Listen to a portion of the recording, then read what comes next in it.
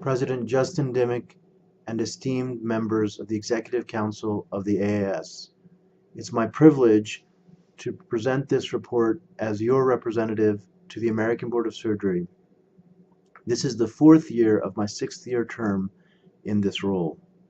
Due to other responsibilities, I apologize I could not be with you in person, but there are important updates I wanted to make the Council aware of.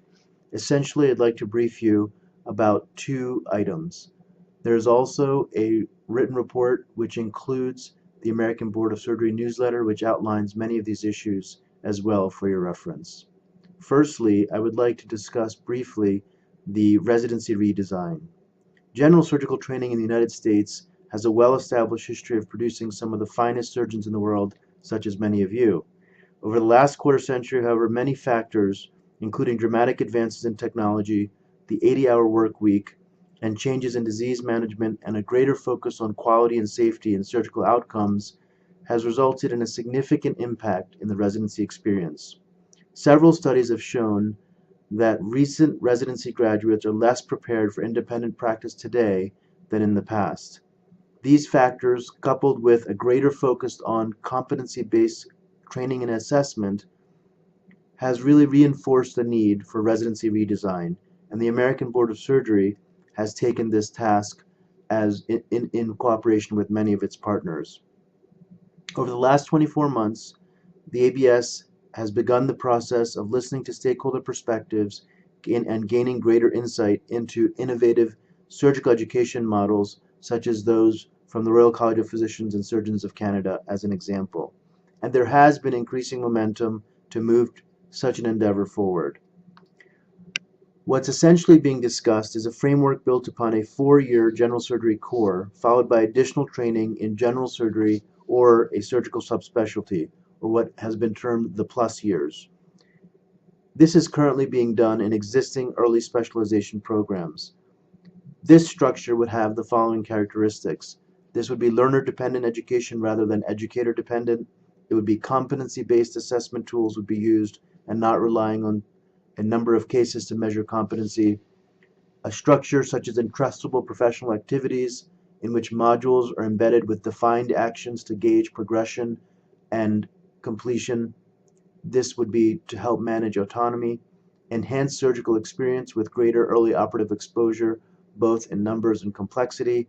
Faculty development as well as curricular evaluation standards have been considered as part of this redesign.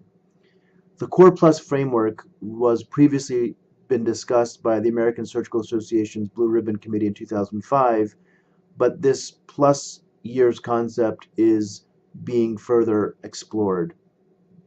Fundamental to the structure is that no individual would be considered fully trained, meaning eligible for board certification in general surgery or a surgical specialty, without having completed an additional 1 or more years of training following the core experience.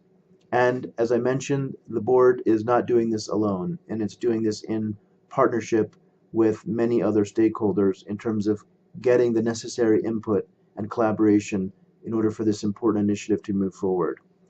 The essential elements are all based around a competency-based framework, which is already available. As all of you are aware, the SCORE curriculum is really the current national standard for surgical residency education, and this would be the foundation of this new system moving forward.